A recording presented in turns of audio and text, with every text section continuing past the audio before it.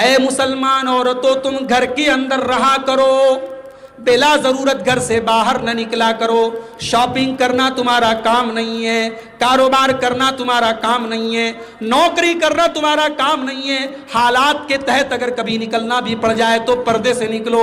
وَقَرْنَ فِي بُيُوتِكُنَّ، اے عورتوں تم اپنے گھروں کے اندر رہا کرو، وَلَا تَبَرَّجْنَ تَبَرُّجَ الْجَاهِلِيَّةِ الْأُولَىٰ، اور جب گھر سے تم نکلو تو بناؤ سنگار کر کے، میک اپ کر کے، لپسٹک لگا کر، پرفیوم لگا کر کے نہ نکلا کرو۔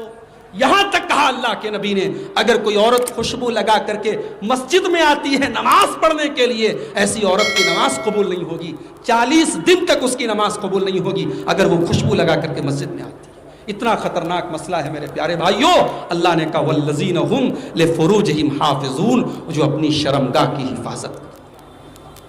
اب ایک سوال پیدا ہو، اے اللہ، لڑکا جوان ہو گیا، لڑکی جوان ہو گئی، دونوں کے اندر طلب ہے، مرد کو عورت کی ضرورت ہے، عورت کو مرد کی ضرورت ہے، اور اے اللہ تو کہہ رہا ہے کہ شرمگاہ کی حفاظت بھی کرنا ہے، تو پھر ہم کیا کریں؟ اللہ کہتا ہے ہم تجھے حلال طریقہ دے رہے ہیں، ہم تجھے حلال الٹرنیٹ دے رہے ہیں۔ اِلَّا عَلَىٰ أَزْوَاجِهِمْ أَوْ مَا مَلَكَتْ أَيْمَانُهُمْ، اپنی بیوی کے ساتھ تو نکاح کر کے اپنی شاریرک ضرورت کو پورا کر لے، اپنی جنسی خواہش کو پورا کر لے۔ اللہ تعالیٰ نے قدرتی طور پر تیرے اندر جو ضرورت رکھی ہے اس ضرورت کو تو پورا کر لے۔ فَمَنِ ابْتَغَىٰ وَرَاءَ ذَٰلِكَ فَأُولَٰئِكَ هُمُ الْعَادُونَ، اب جب شادی ہو گئی، تجھے جائز طریقے سے تیری ضرورت پوری ہو گئی، اب تو اگر ادھر ادھر منہ مارے گا تو تو اللہ کے قانون سے بغاوت کرنے والا ہے، تو زنا کرنے والا ہے، تو بدکاری کرنے والا ہے، تو اللہ کا باغی ہے، تو کامیاب نہیں ہو سکتا، تو جنت میں نہیں جا سکتا۔ تو یہ چیز ہے میرے بھائیوں، شرمگاہ کی حفاظت کرنا ہے۔ اسی لیے اللہ کے نبی فرماتے ہیں مَن يَضْمَنْ لِي مَا بَيْنَ لِحْيَيْهِ وَمَا بَيْنَ رِجْلَيْهِ يَضْمَنْ لَهُ الْجَنَّةَ، دونوں پیروں کے بیچ میں جو چیز ہے یعنی شرمگاہ، اور دونوں داڑھ کے بیچ میں جو چیز ہے یعنی زبان، جو زبان کی گارنٹی لے لے، جو شرمگاہ کی گارنٹی لے لے، میں اسے جنت کی گارنٹی دیتا ہوں۔ اسی لیے اللہ کے نبی فرماتے ہیں عورت 4 کام کر لے وہ جنت کے جس دروازے سے چاہے وہ جنت میں چلی جائے گی۔ اذا صلت المرأة 5، 5 ٹائم کی نماز کی پابندی کرے، وصامت شہرہا، رمضان کا روزہ رکھے، واطاعت زوجہا، شوہر کی خدمت اور اطاعت کرے، واحسنت فرجہا، اور اپنی شرمگاہ کی حفاظت کرے۔ 4 کام عورت کر لے، کچھ اور نہ کرے، دخلت من ابواب الجنت شاءت، وہ جس دروازے سے چاہے جنت میں جا سکتی۔ 5 چیزیں ہو گئی، نمبر 6 اور نمبر 7، 2 چیزیں اللہ تعالیٰ نے ایک ہی آیت کے اندر اکٹھا بیان کی۔ والذین هم لأماناتہم وعہدہم راعون، کامیاب لوگوں کی 6ٹھی کوالٹی، وہ اپنی امانت میں خیانت نہیں کرتے۔ اب امانت کس کو کہتے ہیں؟ امانت کا آسان ترجمہ اگر میں آپ کے سامنے کروں، آسان کا اگر بہت آسان ٹرانسلیشن میں کروں، امانت کا مطلب ہے ڈیوٹی، امانت کا مطلب ہے کرتویہ، امانت کا مطلب ہے فرض۔ جو اپنے فرض کو صحیح طریقے سے نبھائے وہ کامیاب ہوگا۔ اب فرض میں بہت ساری چیزیں آ گئی میرے بھائی، ایسے بھی مدرسے کے ذمہ دار ہیں جو بیچارے مدرسہ چلا رہے ہیں، لاک ڈاؤن آیا، چندے نہیں ملے، انہوں نے اپنی جیب سے مدرسے کا خرچ چلایا ہے اور ٹیچروں کو تنخواہیں دی۔ ہم نے ایسے ذمہ داروں کو بھی ہم جانتے ہیں میرے بھائی، اور ایسے بھی مدرسے کے ذمہ دار بھرتے ہیں۔ ہم نے مسجد کے ایسے متولی بھی دیکھے ہیں، مسجد کا متولی بنا پھرتا ہے اور ایک ٹائم کی نماز میں اور فجر کی نماز میں وہ نظر بھی نہیں آتا۔ ہم نے ایسے ٹیچر بھی دیکھے ہیں، 50,000 روپے گورنمنٹ سیلری دے رہی ہے، 5-6 گھنٹے ان کو پڑھانا ہے، لیکن مدرسے میں چلے جاؤ، کلاس میں چلے جاؤ، بچے سامنے شرارت کر رہے ہیں، مولوی صاحب بیٹھ کے موبائل چلا رہے ہیں۔ یہ ہے امانت میں خیانت۔ آپ کو پیسہ کس چیز کا دیا جا رہا ہے؟ ہمارے بنارس میں ایک اہل حدیث عالم تھے مولانا ابو القاسم صاحب بنارسی، سفر پہ جا رہے تھے، اسٹیشن پر پہنچے، ٹرین چھوٹنے والی تھی، ٹکٹ نہیں خرید سکے، ٹرین پہ چڑھ گئے، وہ اگلا اسٹیشن آیا، کوئی ٹی ٹی چیک کرنے والا نہیں ہے، آسانی سے اسٹیشن کے باہر نکل سکتے ہیں۔ باہر نکلے، بنارس سے الہ آباد جا رہے تھے، معاف کیجئے الہ آباد میں نے کہہ دیا، اب اس کا نیا نام پریاگ راج ہے بھائی، نام بدل گیا، ہمارے بابا جی نے نام بدل دیا۔ ٹکٹ خرید نہیں پائے، پہنچے وہ الہ آباد پریاگ راج، ٹی ٹی نہیں ملا، چاہتے نکل سکتے تھے باہر، ٹکٹ کاؤنٹر پہ گئے، پوچھا الہ آباد سے بنارس کا ٹکٹ کتنے کا ہے؟ اس نے بتایا اس زمانے میں جو بھی تھا 5 روپیہ 2 روپیہ 10 روپیہ جو بھی تھا، انہوں نے ٹکٹ خریدا، خرید کے پھاڑ۔ کسی نے پوچھا مولوی صاحب جب ٹی ٹی نہیں تھا، چیک کرنے والا نہیں تھا، آپ نکل جاتے، کیا ضرورت تھی ٹکٹ لینے کی؟ کہا نہیں، یہ خیانت ہو جاتی اور یہ میں نہیں کر سکتا، حکومت کے کھاتے میں وہ 10 روپیہ جانا چاہیے کیونکہ میں سفر کر کے آیا ہوں۔ ایسے علماء تھے تو کرپشن نہیں تھا میرے بھائی، ایسے اللہ والے تھے تو بے ایمانی نہیں تھی۔ اور آج جس کو 2 روپیہ بے ایمانی کرنے کا موقع مل رہا ہے وہ 2 روپیہ کر رہا ہے، جس کو 2 کروڑ روپے کا موقع مل رہا ہے وہ 2 کروڑ روپیہ کر رہا ہے۔ والذین هم لأماناتهم، کامیاب وہ لوگ ہیں جو اپنی امانت کو نبھاتے ہیں۔ اور جب امانت کی بات آئی ہے تو ایک بات اور کہنا چاہوں گا،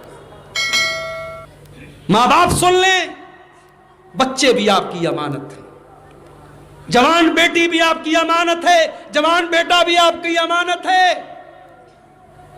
بیٹا رات میں 2 بجے گھر آتا ہے، کوئی سوال نہیں، بیٹا گھر میں آیا، منہ سے سگریٹ کی مہک آ رہی ہے، منہ سے دارو کی مہک آ رہی ہے، کوئی سوال نہیں۔ بیٹی اگر 10 بجے کے بجائے 11 بجے آ رہی ہے تو بیٹی کے اوپر سوالوں کی بوچھار ہے۔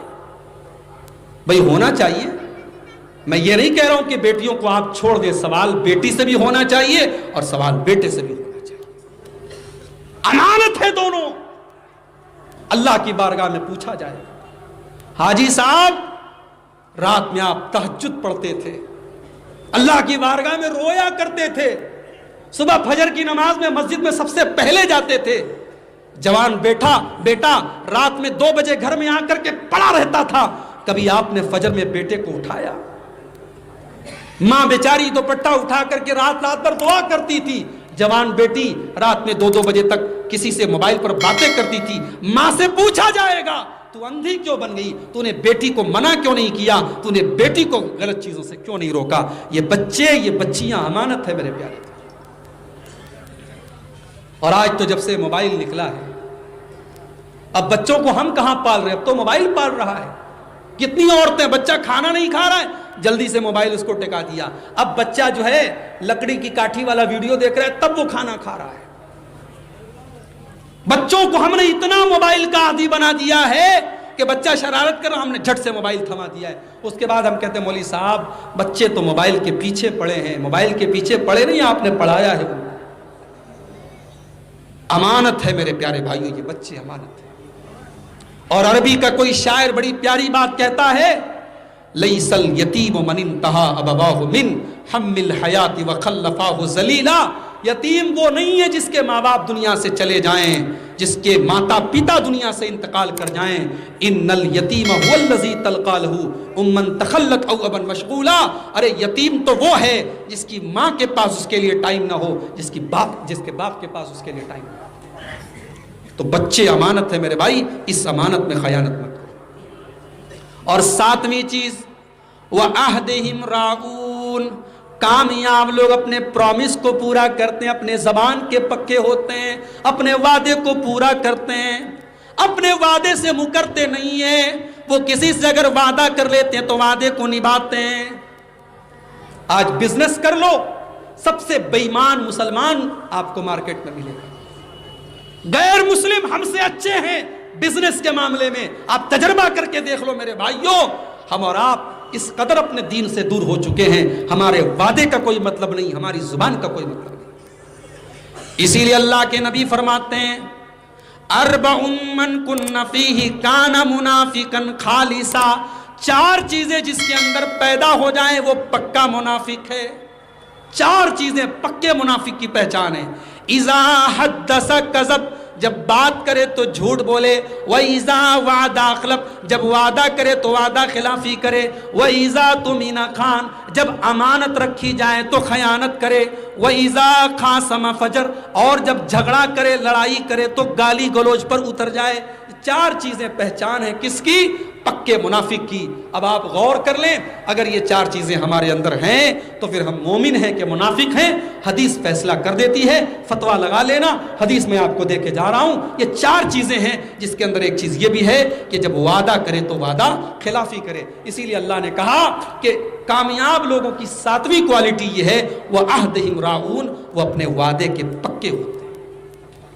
اب آخری چیز نمبر 8، والذین هم علی صلواتہم یحافظون، کامیاب لوگوں کی 8ویں خوبی یہ ہے وہ اپنی نمازوں کی حفاظت کرتے ہیں۔ اللہ اکبر، حفاظت کا مطلب سمجھتے ہو؟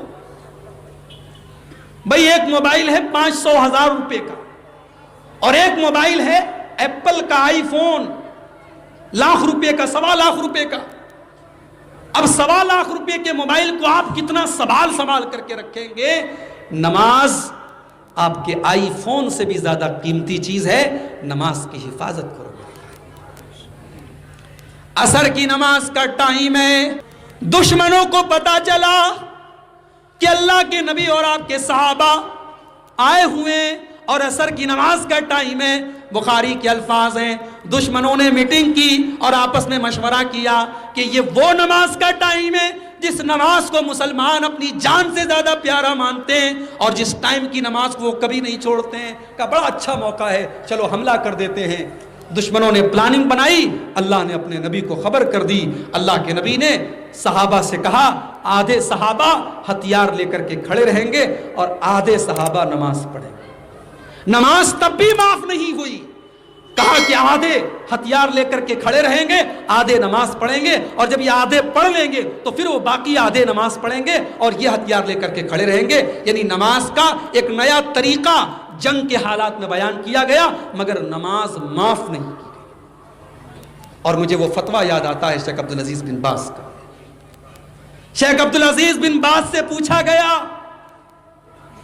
کہ ایک آدمی دشمن کی قید میں ہے اور کھمبے سے اس کے دونوں ہاتھ باندھ دیے گئے ہیں، نہ وضو کر سکتا ہے، نہ تیمم کر سکتا ہے، نہ نماز کی نیت باندھ سکتا ہے، نہ رکوع کر سکتا ہے، نہ سجدہ کر سکتا ہے۔ شیخ صاحب وہ نماز کیسے پڑھے گا؟ کیا وہ نماز کو چھوڑ دے گا؟ اور جتنے دن تک وہ دشمن کی قید میں ہے اتنے دن تک کی نمازوں کو وہ چھوڑ دے گا؟ شیخ عبدالعزیز بن باز اللہ ان کی قبر کو نور سے بھر دے، انہوں نے فتویٰ دیا کہ نہیں، یہاں قرآن کی اس آیت پر عمل کیا جائے گا، فَاتَّقُوا اللَّهَ مَا اسْتَطَعْتُمْ، اللہ سے ڈرو جتنی تمہارے اندر طاقت ہے۔ اس کے ہاتھ کھمبے سے بدے ہیں، وہ وضو نہیں کر سکتا ہے نہ کرے، وہ تیمم نہیں کر سکتا ہے نہ کرے۔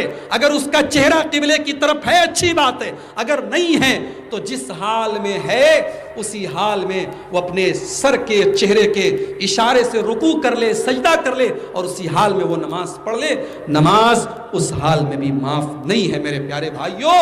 آج جلسہ ہو رہا ہے برہیٹ کے اندر اور ہم ہر سال جلسہ کرتے ہیں، 2 دن کا جلسہ ہوتا ہے، ہزاروں کی بلکہ لاکھوں کی تعداد میں لوگ اکٹھا ہوتے ہیں، مگر پھر رپورٹ کیا آتی ہے؟ کیا ہماری نمازیوں کی تعداد میں کوئی اضافہ ہوا؟ ہر سال ہمارے علاقے میں کوئی نئی مسجد بن رہی ہے، ہر سال کہیں نئی مسجد کی تعمیر ہو رہی ہے۔ مسجد تو بنا لی شب بھر میں ایمان کی حرارت والوں نے، من اپنا پرانا پاپی تھا، برسوں میں نمازی بن نہ سکا۔ مسجدوں کو بنانے سے اہم یہ ہے مسجدوں کو آباد کیا جائے میرے بھائیوں۔ آج لاک ڈاؤن میں کتنی مسجدیں ایسی تھیں جہاں جمعہ نہیں ہوتا تھا، لیکن گاؤں دیہات میں چھوٹی چھوٹی وقتیہ مسجد تھی، وہاں بھی جمعہ ہونے لگا۔ میرے پاس ایسے سوال بھی آئے، شیخ صاحب ہمارے گاؤں میں 2 مسجدیں تھی، جامع مسجد تھی، وقتیہ مسجد تھی، وقتیہ مسجد میں ہم جمعہ پڑھنے لگے، اب دونوں مسجدوں میں جمعہ ہو رہا ہے۔ میں نے کہا دیکھیے بہتر ہے، اور جو فتوے کی روشنی میں جو علماء نے فتویٰ دیا وہ یہی ہے کہ بہتر ہے کہ گاؤں میں کوئی ایک مسجد ہو، بڑی مسجد، جہاں سارے لوگ مل کر کے جمعہ پڑھیں، لیکن اگر دونوں پر پڑھا جاتا ہے تو جائز ہے، لیکن بہتر اور افضل یہ ہے کہ اگر 2 مسجدیں قریب میں ہیں تو جو بڑی مسجد ہے اس پر جمعہ کی ادائیگی کی جائے۔ ہم نے وہ حالات بھی دیکھے ہیں میرے بھائی، اللہ کے گھر میں حرم میں نمازیں ہو رہی ہیں 2-2 فٹ کی دوری پر، اللہ کے گھر میں کبھی یہ منظر نہیں دیکھا گیا کہ طواف رک گیا ہو، نماز رک گئی ہو۔ نارمل ہوئے ہیں، آج وہاں پر بھی حج ہو رہا ہے، طواف ہو رہا ہے، عمرہ ہو رہا ہے، حج بھی انشاءاللہ ہوگا۔ آج اللہ نے ہمیں پھر زندگی دی ہے، آج پھر کورونا کا اثر کچھ کم ہوا ہے، اور زندگی کتنے دن کی ہے۔ یہ جو 8ویں نشانی ہے کہ اللہ کے کامیاب بندے اپنی نماز کی پابندی کرتے ہیں۔ آج اس جلسے سے جب آپ گھر جائیں تو یہ سوچ کر کے جائیں کہ ہم نماز کی پابندی کریں گے، اور آج ہونے والی فجر کی نماز آپ انشاءاللہ جماعت کے ساتھ پڑھنے کے بعد تب اپنے گھر میں جائیں گے۔ یہ عہد کر کے یہاں سے آپ اٹھیں۔ یہ 8 چیزیں اگر پیدا ہو گئیں ہمارے اندر تو اللہ تعالیٰ کہہ رہا ہے اولئک ھم الوارثون۔ اللہ نے یہ نہیں کہا ایسے لوگ جنت میں جائیں گے، اللہ نے کہا جنت کے وارث بن جائیں گے۔ وارث کس کو کہتے ہیں؟ باپ کے انتقال کے بعد بیٹا وارث ہے۔ بیٹے کو دنیا کی کوئی طاقت باپ کی وراثت سے محروم نہیں کر سکتی۔ اگر یہ 8 چیزیں آپ کے اندر پیدا ہو گئی، اللہ گارنٹی دے رہا ہے کہ تم جنت کے وارث بن جاؤ گے۔ اور جنت بھی کون سی جنت؟ الذین یرثون الفردوس، جنت کا جو سب سے اعلیٰ درجہ ہے جنت الفردوس، وہ درجہ آپ کو انشاءاللہ ملے گا۔ یہ 8 چیزیں میں نے آپ کے سامنے بیان کی ہیں۔ اللہ سے دعا کرتا ہوں رب العالمین ہمیں ان 8 چیزوں کو اپنے اندر پیدا کرنے کی توفیق عطا فرمائے۔ اللہ تعالی ہمیں بھی اپنے کامیاب بندوں میں شامل فرما دے۔ رب العالمین ہمیں نماز کا پابند بنا دے۔ رب العالمین ہماری نمازوں میں خشوع اور خضوع پیدا فرمائے۔ رب العالمین ہمیں حرام چیزوں سے، لغو چیزوں سے دور رکھے۔ رب العالمین ہمیں اپنی شرمگاہوں کی حفاظت کی توفیق دے، اپنی امانت اور اپنے وعدے کا پاس کرنے کی توفیق دے۔ جو بیمار ہے اللہ ان کو شفا عطا فرمائے، جو روزی روٹی سے پریشان ہے اللہ ان کے کاروبار میں برکت نصیب فرمائے۔ کہنے اور سننے سے زیادہ رب العالمین ہم سب کو عمل کی توفیق عطا فرمائے، آمین۔ وآخر دعوانا الحمدللہ رب العالمین۔